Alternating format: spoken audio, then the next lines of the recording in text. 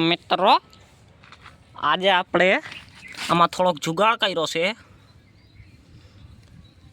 આ ગુટકો બરોબર નીકળી ગયો તો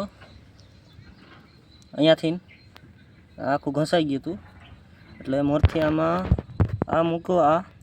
પછી એની ઉપર આ મૂક્યું આ ખોલીને અહીંયાથી પુરાવ્યું એટલે ગુટકો હવે ના નીકળે વેલ્ડિંગ મારી દીધું ફૂલ ને પછી આ ટાયર જરા કંઈક ફેરવી નાખ્યા એટલે 4 આંગર અહીંયાથી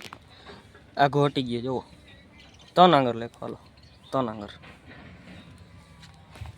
એવી જ રીતના આ બાજુ પણ 3 આંગર